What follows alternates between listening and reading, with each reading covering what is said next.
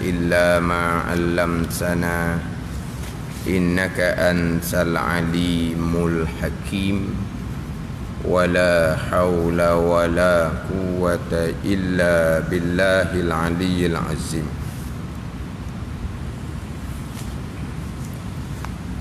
Kitab Penawar Bagi Hati, muka surat 57, baris yang kelima daripada bawah. Muka surat 57, baris yang kelima daripada bawah.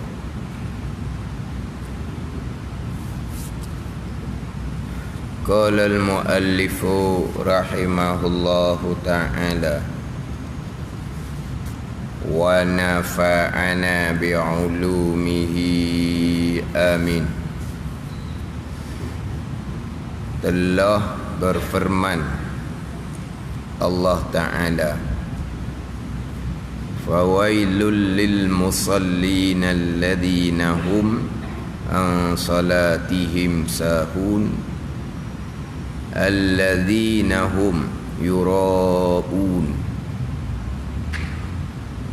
Surah Al-Ma'un ayat yang keempat.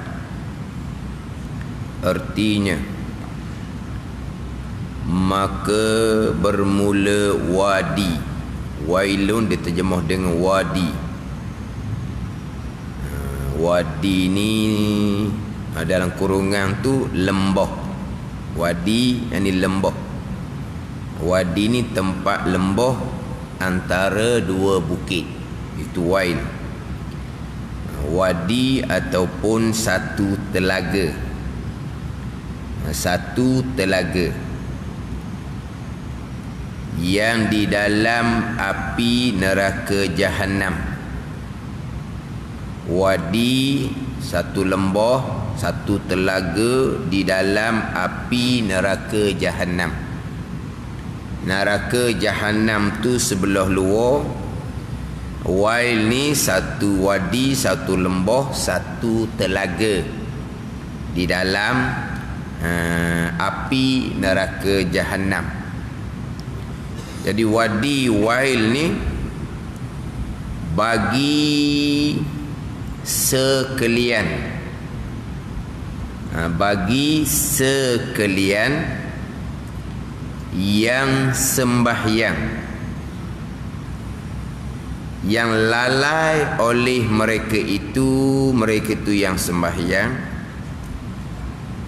lalai daripada sembahyang mereka itu, lalai daripada sembahyang mereka itu, dan mengeluarkan, ini tafsir bagi yang lalai, dan mengeluarkan, ini tafsir bagi lalai, dan mengeluarkan mereka itu dia akan sembahyang daripada waktunya, waktu sembahyang. Itu terjemahan allazina hum an salatihim sahun. Lagi yang riak, lagi yang riak mereka itu pada sembahyang, lagi yang riak mereka itu pada sembahyang. Alladzina hum yura'un, lagi yang riak mereka itu pada sembahyang. Kemudian ada dan lainnya. Dan lainnya ni sambungan ayat wayamna alladzina hum yura'un wa yamna'unal ma'un. Situ dah. Itu dan lainnya. Tapi dalam kitab ni hanya berti setakat alladzina hum yura'un. Di terjemahan tu dan lainnya. Mana pergi kepada wa yamna'unal ma'un, menegah mereka itu akan pekakah rumah. Contoh, orang nak pinjam kakak rumah pisah ke Bekah ke Cangkul ke, maka dia tak beri, bakhil. Wa yamna'unal ma'un. Telah berfirman Allah Subhanahu wa taala yang menjadi dalil pembicaraan sifat riya. Dalam ayat ni pembicaraan sifat riya adalah alladzina hum yuraun. Terjemahan dia, yang riya mereka itu pada sembahyang. Yang riya mereka itu pada sembahyang. Yang mana asalnya ayat ni turun kepada orang munafik. Orang munafik ni dia meninggalkan sembahyang.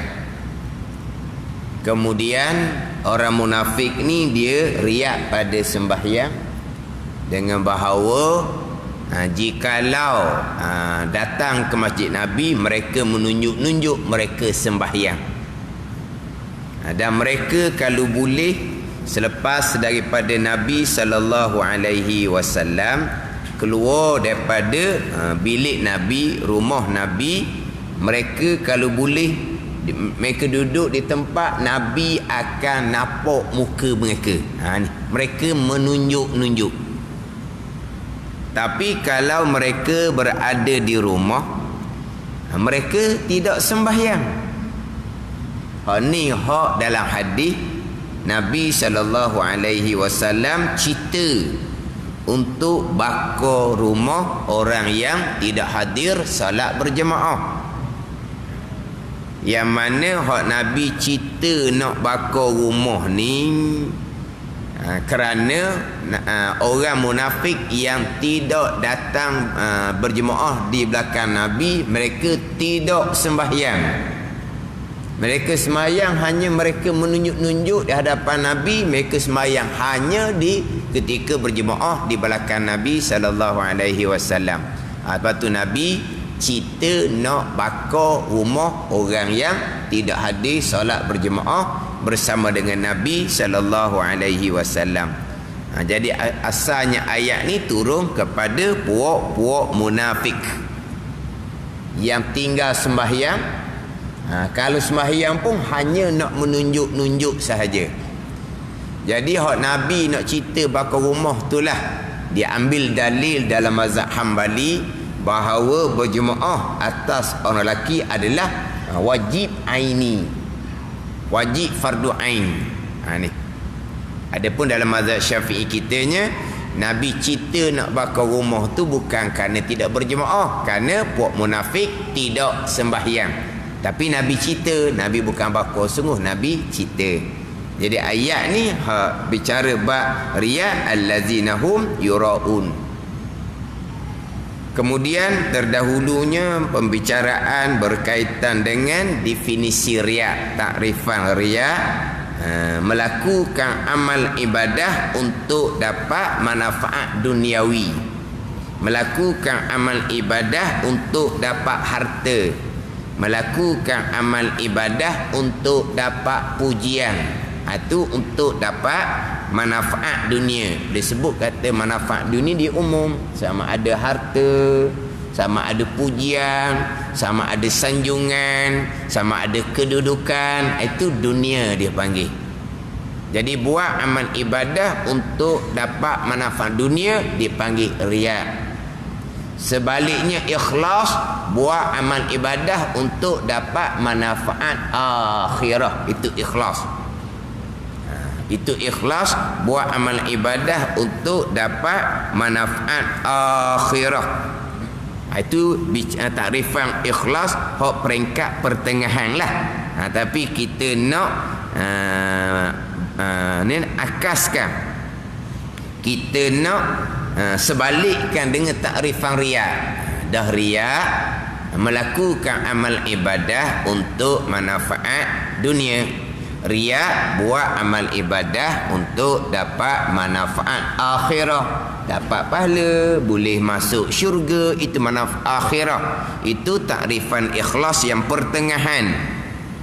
Takrifan ikhlas hak dalam kitab pernah bagi hati ni, semata-mata buat ibadah, semata-mata menuntut taqarrub ila Allah. Tu semata-mata nak hampir diri dengan Allah, semata-mata untuk tuntut redha Allah. Itu ikhlas. Itu ikhlas hak peringkat tinggi.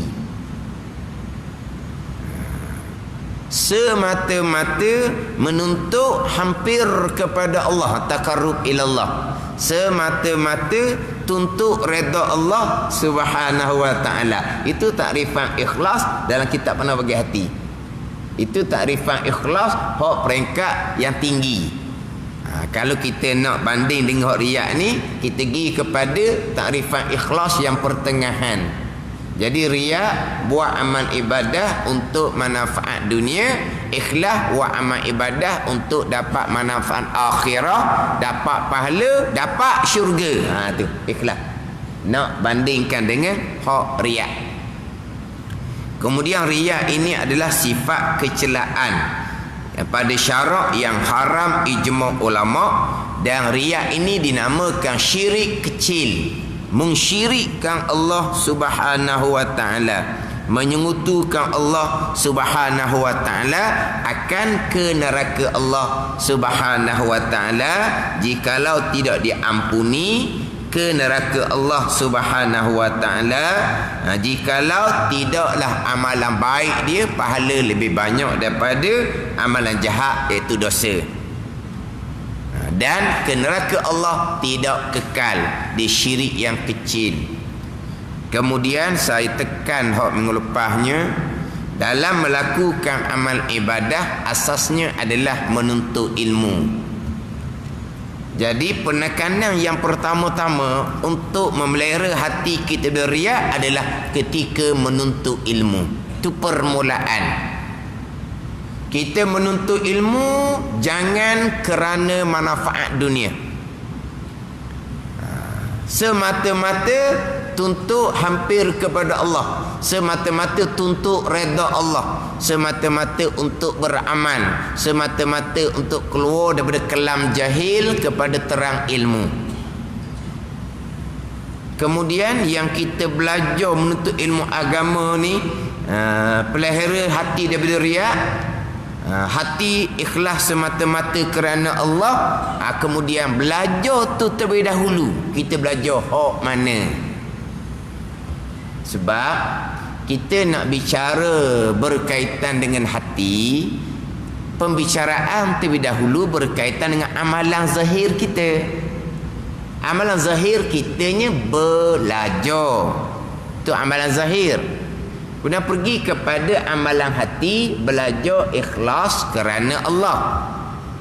Tetapi dalam kita nak bicara bab ikhlas, pelihara hati daripada riak, perbuatan kita kena betul dulu. Belajar kena betul dulu, barulah niatnya apa. Sama macam ibadah-ibadah yang lain. Sembahyang kena betul dulu. Syarat cukup, rukun cukup, syarat bagi rukun cukup, syarat berjemaah cukup, barulah niat lillahi ta'ala, tidak kerana selain daripada Allah. Tapi kalau semayang tu tak betul, tak ada bicaralah. Saya semayang tak pandai pun, saya semayang ikhlas, tak jadi gitu, tak kena gitu. Ini orang yang bicara berhati, orang syak zahir dia tak peduli. Ni pasal ni ya. Baca Quran biar molek, biar comel dengan hukum hakam. Baca Quran tu, kena baca Quran lillahi ta'ala, tiada kerana lain. Tapi kalau baca Quran belajarnya tidak, baca salah, tapi walaupun saya baca salah sebab saya tak pandai, sebab saya tak belajar, Allah Ta'ala tahu saya tak pandai, tapi walaupun saya baca salah, saya ikhlas. Dah sedang orang cakap seumpama ni, di baloh masa tadarus Quran di bulan Ramadan. Orang lain tadarus Quran, dia belajar Quran, sentiasa belajar Al-Quran. Dia tak belajar, dia nak baca juga, bacanya salah. Saya baca salah pun Allah Ta'ala tahu dah saya tak pandai Quran.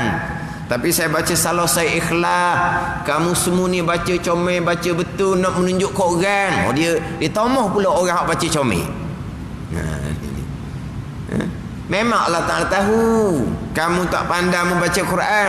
Allah Ta'ala tahu kamu tak belajar baca Quran. Jadi nak bicara buat ikhlas, buat biar betul dulu. Kalau kita katalah hak tadi tu nampak macam tak jelas mana. Saya semayang tak betul pun saya ikhlas. Semayang tak betul tu hukumnya tak semayang, dosa besar, ikhlasnya kat mana? Saya baca Quran salah, saya ikhlas. Baca Quran salah tu berdosa, ikhlasnya kat mana? Tapi tak pernah nampak lah sebab dia semayang, sebab dia baca Quran rupa taat. Padahal sama je dengan orang yang cakap, saya tak pakai tudung pun hati saya ikhlas, hati saya baik. Awak pakai tudung ni bukan ikhlas pun hati tak baik. Kalau tu kita nampak tau. Hati ni tak pakai tudung tu berdosa, hati saya ikhlas, hati saya baik. Oh, dah cara berhati dah. Zahir tu kamu derhaka kepada Allah. Tapi ada orang cakap gitu. Tapi itu jelaslah sebab dia tidak tutup aurat, berdosa. Macam mana dengan orang semayang yang tak betul semayang dia, berdosa besar. Ikhlasnya kat mana? Baca Quran salah berdosa, ikhlasnya kat mana? Jadi buat biar betul, lepas tu lillahi ta'ala. Ini jalan syariah kita. Semayang biar betul, baca Quran biar betul. Tu hak zahir. Hak asasnya akidah kena comel. Kalau semayang betul, baca Quran comel sekalipun, akidah terpesong, tak akan diterima oleh Allah Subhanahu wa ta'ala. Sebab itulah susunan ilmunya tauhid, fiqh, tasawuf. Bicara bab pegangan, bicara bab amalan zahir, bola pergi kepada bicara bab amalan hati. Kena ikut susunan ni. Mana kalau semayang comel pekoh, baca Quran comel dengan hukum hakam, tapi kalau akidah salah, dia kena akidah comel, semayang comel, baca Quran comel, hati lillahi ta'ala. Ni lengkap ketiga-tiga bahagian agama, Islam, iman dan ihsan. Jadi nak bicara bab hati, jangan riak, pelihara hati daripada riak, pastikan hati itu ikhlas, buat biar comel. Sama macam bicara tadi, kita bicara asas kepada ibadah yang kita lakukan adalah menuntut ilmu. Sebelum bicara bab menuntut ilmu ni terpelihara daripada riak, semata-mata ikhlas kerana Allah, tutup ilmu tu. Fardu ain tauhid, fardu ain fiqh, fardu ain tasawuf. Selesai kedok tiga tu.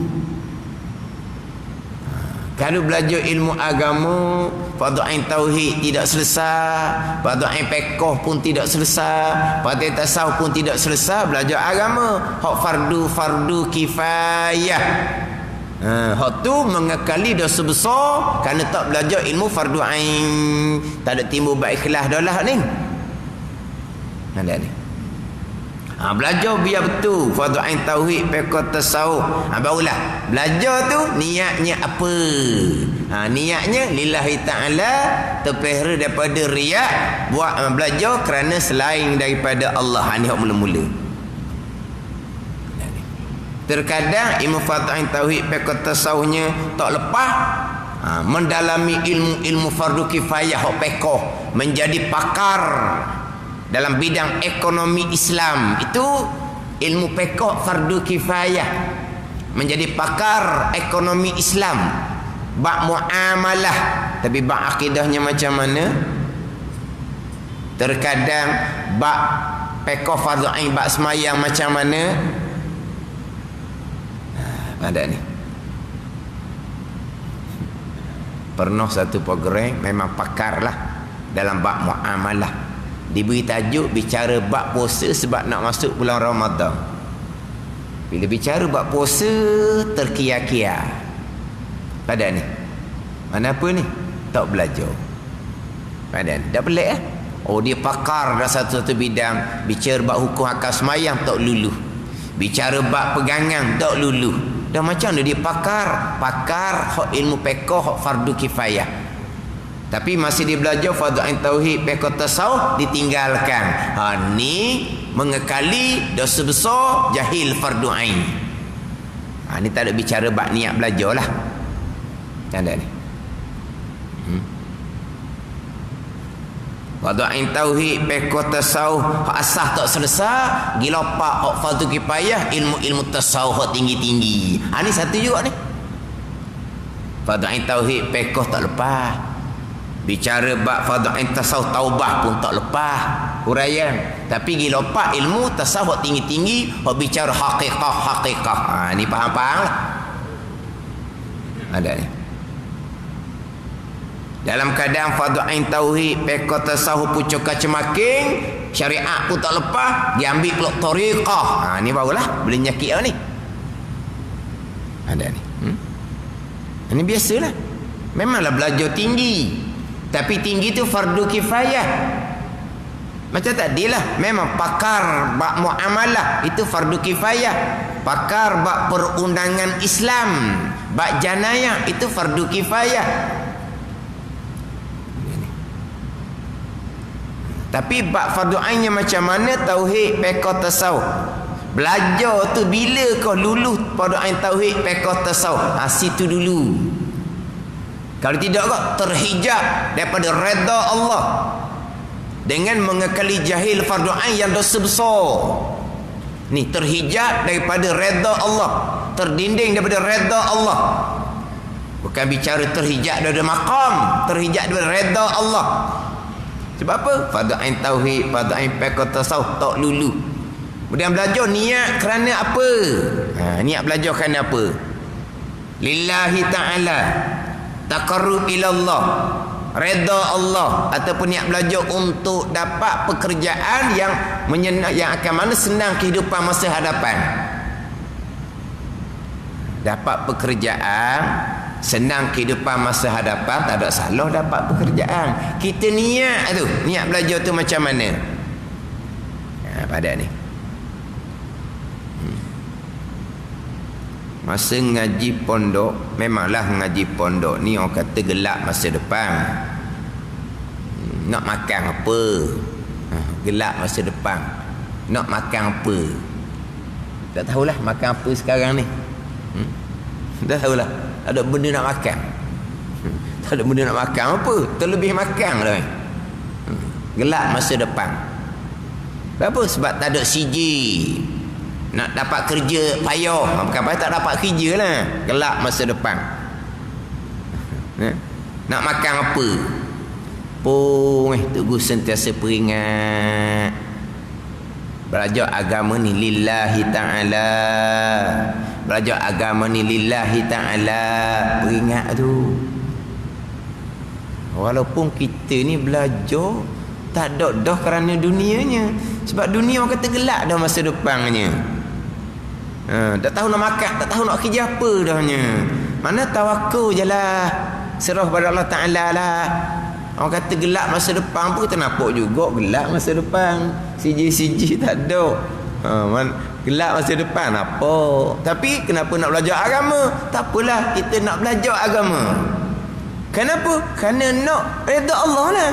Untuk duduk tekan sama belajar agama lillahi ta'ala. Lepas tu dunia tu akan marilah. Kita belajar lillahi ta'ala, jangan kerana yang lain. Dunia kalau Tuhan nak beri, Tuhan beri juga, tapi serta dengan redha. Kalau kita belajar agama nak dunia dapat juga, tapi Tuhan murka. Maknanya bukan makna bila kita belajar bukan kerana nak dunia kita tak akan dapat. Tak juga. Dan ada bagian rezeki lah juganya belajar ke jalan mana pun. Tapi kalau kita dapat dunia serta dengan redha, sebab kita belajar bukan untuk dunia, belajar untuk akhirah. Tapi kalau belajar agama untuk dunia, dimurkai oleh Allah, dapat dunia yang dimurkai oleh Allah. Rugilah kitanya. Sebab tu tunggu sentiasa tekan keikhlasan dalam belajar.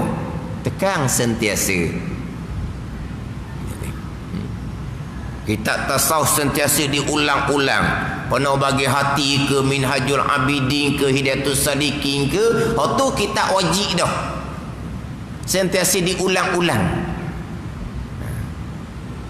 Mana kalau tu ngajar kitab tafsir, kitab hadis pun, ayat cerita bab keikhlasan, terulang bab keikhlasan.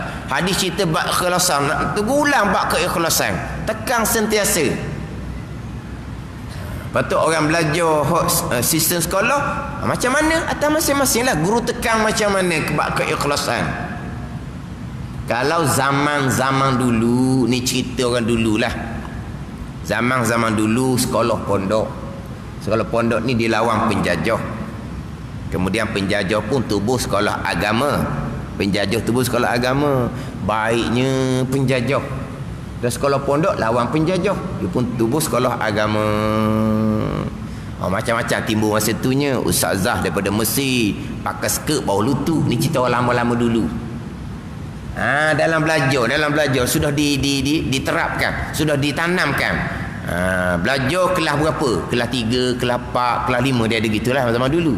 Kelas ni boleh gaji RM70, kelas ni boleh gaji RM90, kelas ni boleh gaji RM100. Dia tekan dah dengan gaji. Masa tu sebab apa?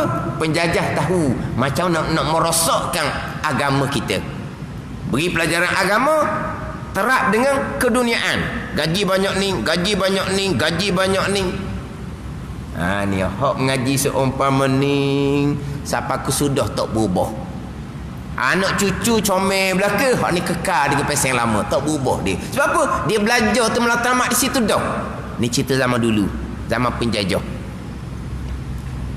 Lepas tu kemudian atas masing-masing lah belajar macam mana susunan ilmu, fardhu ain, tauhid, fiqh, tasawufnya macam mana, niat belajar tu macam mana. Tapi kalau belajar fardhu ain, tauhid, fiqh, tasawuf pun tak lulu, patut pergi mendalami ilmu fiqh ke, mendalami ilmu tasawuf ke, syariat pun tak lepas, patut terjun pula dalam perjalanan tarekah, faham-faham lah. Ada ni. Aku dapat ilmu sentiasa ditekan pula dengan ujian. Ilmu tu sendiri. Bila kita berilmu, kita boleh menyampaikan ilmu agama.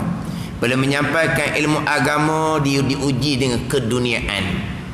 Sebab kok mana pun kita hidup atas dunia. Bila kita hidup atas dunia, makan minum macam biasa. Makan minum kena ada duit macam biasa. Allah jadikan kita atas dunia, kemudian Allah jadikan kita manusia yang perlu makan dan minum. Mana apa? Kehidupan macam sekarang, kehidupan atas dunia, kita perlu kepada kebendaan dunia. Maka dalam menyampai ilmu agama, Allah Ta'ala uji pula dengan keduniaan, dengan duit, dengan pujian, dengan kemuliaan, dengan sanjungan. Ni di sini ni ujian. Ni nak kena jaga ni. Jaga bab syariah. Bukan nak bicara bab maqam. Orang bicara maqam tinggi tu, dia punya dalaman dia suci bersih. Atau orang maqam aulia, atau bahagian mereka lah. Kita ni duduk mujahadah bicara bab amal syariah. Kita mujahadah ilmu dan amal syariah. Kita ilmu syariah pun tak selesai lagi. Tapi yang paling besarnya mujahadah amal syariah. Lebih payah daripada mujahadah nak belajar ilmu fardhu ain sahaja bab syariah. Payah apa belajar fardhu ainnya? Kemah fardhu ain tauhid, kemah fardhu ain fiqh bukan banyak sangat. Kemah ni hak kita pandang bagi hati ni, fardhu ain tasawuf. Nak mujahadah ni, nak jaga, nak pelihara hati daripada riak, nak pelihara hati daripada sifat-sifat kecelaan, nak pastikan hati kita ikhlas. Kita menyampai ilmu agama ni kekal lillahi ta'ala. Mari duit, mari pujian, mari sanjungan, itu semua ujian duniawi. Tapi kita hati orang awam. Hati orang awam ni mudah tertarik dengan benda zahir. Ni nak kena mujahadah ni. Hak ni lah. Hak tu tunggu duk tekan. Tunggu dak cerita bab makam-makam no, dak cerita ni. Hati kita macam mana ni? Ni hati qalb. Kenapa dipanggil qalb? Li taqallubiha. Kerana berpusing-pusing. Hak takutnya. Bicara apa ni? Bicara maqam syariah. Ilmu amal. Macam mana? Dalam pelihara hati kerana Allah capu dah dengan duit, dengan pujian, dengan sanjungan, capu. Niat hati dengan kepada selain daripada Allah. Campur dengan riak. Riak ni syirik yang kecil lah ni.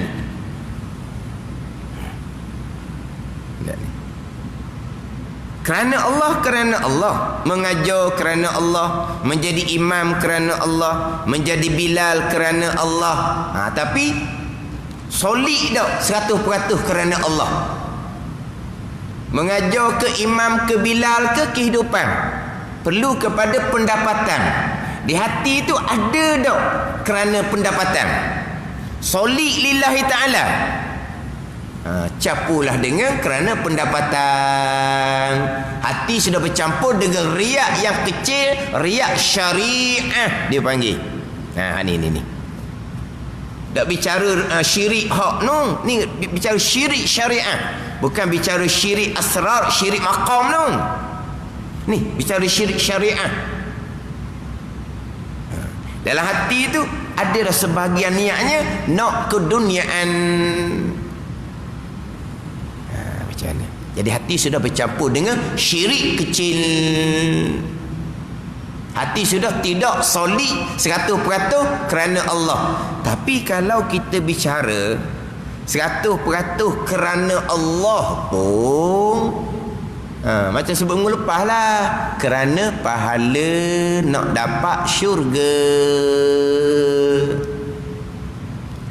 Kerana pahala nak dapat syurga, tu bukan kerana Allah. Itu syirik lagi tu. Tapi syirik bicara bab maqam. Sebab dia nak upah, nak bayaran. Umpama pekerja dengan majikan, bukan umpama hamba dengan tuan. Kita mengabdikan diri kepada Allah. Kita mengabdikan diri hamba. Allah Rabb, Allah Tuhan, Rabbil Alamin, Allah Rabb, Allah Tuhan. Kita mengabdikan diri, ibadah. Bila kita mengabdikan diri, hamba nak upah apa? Hak tahwi kita sekarang ni tak cukup lagi ke? Dengan boleh bernafas, boleh nampak, boleh dengar, boleh gerak, boleh diam. Ni yang kita duduk menafas ni. Tak cukup lagi ke? Hak Tuhan beri atas dunia ni. Ada nak upah. Itu umpama pekerja dengan majikan, bukan hamba dengan tuan. Maka belum lagi menunaikan hak kehambaan. Belum lagi menunaikan hak kehambaan. Ada syirik lagi di situ kerana nak selain daripada Allah. Sehingga kan dalam kitab Hikam Syarahan Taqku Pulau Manisnya tak ada beza dengan orang sembah berhala dengan orang yang beribadah. Orang sembah berhala dengan orang yang beribadah nak dapat balasan. Tak ada beza dengan orang sembah berhala. Jangan faham betul-betul gitu. Kalau baca kitab ni faham betul-betul, syirik dosa lagi orang yang buat amal ibadah nak pahala. Dah tak ada beza dengan penyembah berhala. Tak ada beza ni kat mana. Penyembah berhala dengan anggapan berhala tu bagi manfaat. Beribadah kepada Allah dengan anggapan dapat manfaat, boleh syurga. Gitu. Bukan menyembah Allah untuk dapat redha Allah, bukan. Di situ. Sebab apa dalam kitab Hikam Syarah Taqu Pulau Manis pun menyatakan buat amal ibadah kerana nak pahala, ikhlas ijma' ulama. Tapi belum lagi menunaikan hak sebagai seorang hamba, rendah lagi, terhijab lagi dengan Allah. Kerana buat amal ibadah nak pahala, nak syurga, nak makhluk Allah, nak barang milik Allah, bukan nak Allah. Kita lafaz dalam niat lillahi ta'ala, tu kan?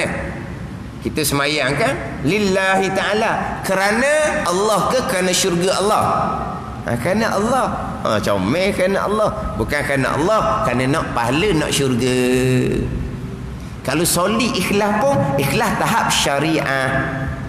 Kalau bicara bab makam, masih lagi mensyirikkan Allah dengan selain Allah, iaitu syurga Allah. Kalau duduk makam syariat ni pun, hak ikhlas solid ni pun duduk makam syariat, bukan makam muwahhidin ke muhibbin ke, tu cerita bab makam. Ni kita duk bicara bab syariah. Orang cerita tinggi-tinggi tu dia lain, tu dia ada makam. Makam sebenar ke, makam khoya ke, atas masing-masing lah. Ni hak kata solid kita ikhlas ni. Solid ikhlas pun ikhlas kerana hak tadilah nak pahala, ikhlas hak pertengahan. Ikhlas diuji dengan keduniaan. Hati pun cenderung hati mengajar, bertugas sebagai tugas agama dengan matlamat untuk dapat gaji, allowance, pendapatan, nak pangkat, nak pujian, nak sanjungan. Sudah campur dengan syirik yang kecil, riak kepada Allah Subhanahu wa taala. Hak campur ni macam mana pula kedudukan? Kesyirikan memang kesyirikan, syirik yang kecil. Sebab dalam hati itu ada riak. Walaupun dalam hati itu kerana Allah sebahagian, tapi dalam hati juga kerana nak dapat duniawi tadi. Ni hak asal, hak ikhlas ni. Kalau belajar fardhu ain tauhid, fiqh tasawuf pun tak lulu. Belajar pula kerana untuk dapat duniawi, tu balik awal lah, tu wajib bertaubat kepada Allah Subhanahu wa taala. Lengkapkan ilmu fardhu ain tauhid, fiqh tasawuf. Ni pelihara hati molek daripada sifat riak, tanamkan sifat keikhlasan. Tu kena perbetulkan balik. Ni cerita ni memang belajar fardu ain, belajar lillahi ta'ala, diuji dengan keduniaan, hati sudah terpikat dengan keduniaan. Campur dengan riak, syirik yang kecil. Ni nak cerita bab makam-makam, nak cerita macam mana. Kalau ikhlas solid pun ikhlas pekat syariat, nak dapat pahala dan syurga. Ikhlas hak dapat pahala syurga tu pun tak lekat, campur pula dengan nak keduniaan. Hak campur ni macam mana? Hak dalam kitab Penambah Hati ni dia tidak membicarakanlah riak bercampur dengan ikhlas, tidak dibicarakan. Hak dibicarakan dalam kitab Hidayatus Salikin, pembicaraan sifat riak ada didatangkan. Maknanya dalam hati itu bercampur antara kerana Allah dan kerana selain daripada Allah. Dan juga dalam kitab Faridatul Faraid, dalam kitab Faridatul Faraid ada bicara hak berkaitan dengan ikhlas bercampur dengan riak. Dia di awal kitab Faridatul Faraid, di muka surat 3, di awal tu dia ada bicarakan berkaitan dengan tanda beragama. Orang beragama ni, beragama yang sebenar. Mana tanda dia ada 4. Yang pertama, sah i'tiqad. Itu yang pertama. Sah i'tiqad, iaitu jazam, putus di hati dengan pegangan yang diiktikad akan dia oleh ahli sunnah wal jamaah. Itu yang pertama. Sah i'tiqad, berpegang dengan i'tiqad ahli sunnah wal jamaah. Itu tanda agama yang pertama. Tak ada ni? Tak ada. Kemudian menunaikan segala suruhan zahir dan batin, dan meninggalkan segala larangan zahir dan batin. Ini hak tanda orang yang beragama. Kemudian datangkan pula tanda apa ni? Benar qasad. Menunaikan ibadah dengan ikhlas. Kemudian ada nota kaki, hak menunaikan ibadah dengan ikhlas. Menunaikan ibadah dengan ikhlas datangkan nota kaki. Artinya mengerjakan dia akan ibadah serta ikhlas niat bagi Allah Subhanahu wa taala, dengan bahawa tiada disekutukan pada ibadah itu akan yang lain daripada Allah Subhanahu wa taala. Tiadakan yang lain. Tiada yang lain ni duniawi lah. Itu syirik yang kecil kalau kerana duniawi. Kalau kerana ukhrawi pula, kerana nak syurga, itu syirik sir dia panggil, syirik maqam. Kalaulah beribadah disekutukan dengan yang lain daripada Allah, iaitu duniawi, itu syirik syariah, syirik kecil. Kalau disekutukan dengan yang lain daripada Allah, iaitu syurga, syurga itu yang lain daripada Allah juga. Ukhrawi dia panggil, itu syirik bicara sir, bicara maqam. Itu bicara lain. Firman Allah Subhanahu wa taala, "Faman kana yarju liqa'a rabbih falyamal 'amalan shalihan wa la yusyrik bi ibadati rabbih ahada." Sesiapa yang mendaki berjumpa akan Tuhan dan Tuhannya, maka hendaklah beramal dengan amal yang soleh dan jangan menyekutukan dengan ibadah akan Tuhan, akan seseorang pun, akan satu perkara pun. Jangan menyekutu. Jangan menyekutu di sini hak duniawi, bicara bab syariah. Jangan menyekutu dengan ukhrawi, itu sampai maqam aulia, itu bicara lain. Dan telah ikhtilaf ulama pada orang yang beramal yang menyengutui pada amalnya bagi Allah Ta'ala akan pekerjaan dunia. Jadi dia buat amal ni capur untuk dapat habuan pekerjaan dunia.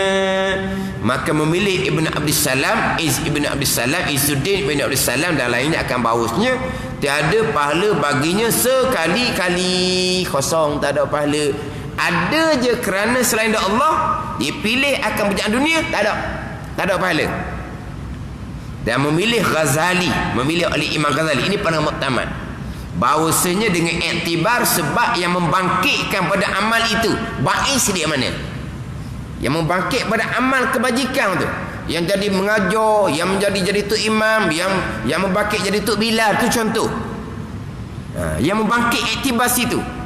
Maka jika adalah yang lebih banyaknya pekerjaan agama kerana Allah tu lebih banyak, maka dapat baginya pahala dengan kadarnya. Kadar tu mana kalau kata ikhlas 60%, boleh pahala 60%. 40% tu syirik kepada Allah, syirik kecil, tak ada pahala.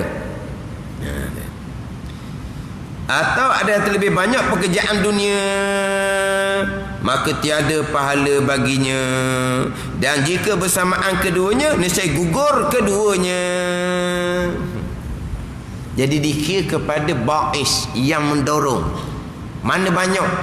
Kalau lebih kerana Allah, 70% kerana Allah, tapi jadi semangat nak mengajar, semangat jadi tu imam, semangat jadi tu Bilal, 30% tu kerana nak dapat keduniaan, maka boleh pahala sekadar 70% lah. Tapi kalau bersamaan kerana Allah 50%, kerana dunia 50%, maka gugur, tidak ada pahala tapi tidak berdosa. Al-hasanat yuzhibna sayyi'at. Kebaikan tu, ikhlas 50% tu yang akan menghilangkan dosa, riak, syirik kecil, hak 50%. Pahala tak ada. Tapi kalau kerana duniawi terlebih banyak, maka berdosa. Itu. Ni hak tu naik ni. Ni hak tu nak bicara. Hak kata nak mujahadah ni lah. Dia bicara hati ni, tak boleh nak bicara tinggi-tinggi, bicara syariah je. Bicara syariah, mujahadah syariah hati kitanya. Secara mana kitanya. Makna dengan duit yang banyak, dengan pendapatan yang banyak, dengan pujian yang banyak, sanjungan yang tinggi, macam mana kedudukan hati kita? Itu nak kena mujahadah. Ada. Itu nak kena mujahadah.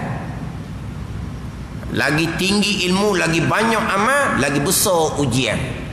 Kalau kita belajar untuk diri sendiri, nak buat amal lepas fardu ain, tak ada ujian mana.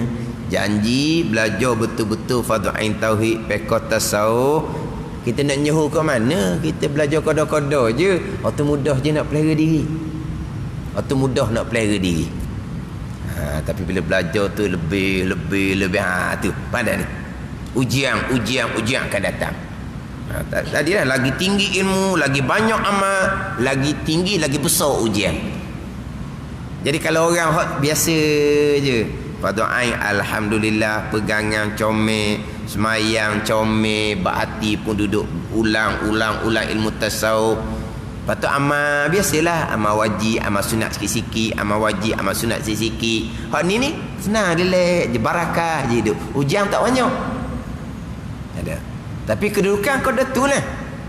Tapi bila ilmu bertambah tinggi, kedudukan bertambah tinggi, di sisi Allah pun bertambah tinggi, ujian pun bertambah tinggi. Hak tinggi inilah.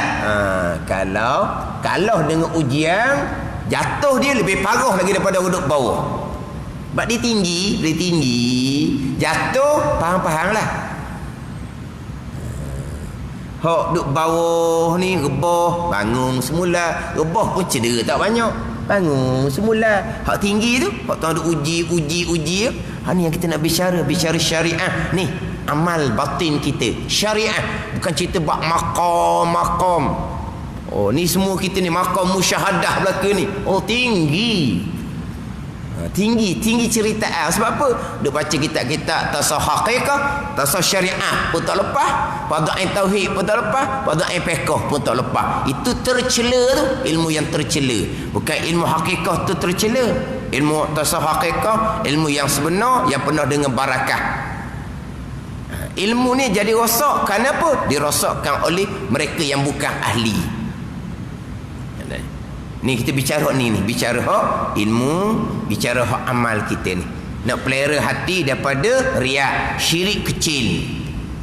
Di hati timbul syirik kecil, kena mujahadah lah. Mana kalau kata di hati kita ada 30%, 40% kerana duniawi, bukan berarti setakat tu. Syaitan goda akhirnya lillahi ta'ala ni bertambah kurang, akhirnya matlamat dunia semata-mata. Ramai mana orang yang berilmu akhirnya rebah. Zohir comel, Zohir apa tak nampak Zohir, semayang dok tinggal, puasa dok tinggal. Hak Zohir, hak hati macam mana? Tak ada lah kata orang yang berilmu rebah sampai tinggal semayang. Tak ada tinggal semayang. Sampai tinggal puasa. Tak ada tinggal puasa. Hati macam mana? Hati itu tetap dengan keikhlasan bercampur dengan syirik kecil riak. Syirik kecil tu bertambah. Sebab apa? Dunia bertambah banyak. Dengan hak paling besarnya ujian dunia ni adalah sanjungan dan kedudukan. Pujian, sanjungan dan kedudukan. Itu lebih besar daripada kalau kita kata lebih besar daripada harta lagi. Pujian, sanjungan, kedudukan lebih besar daripada ujian harta.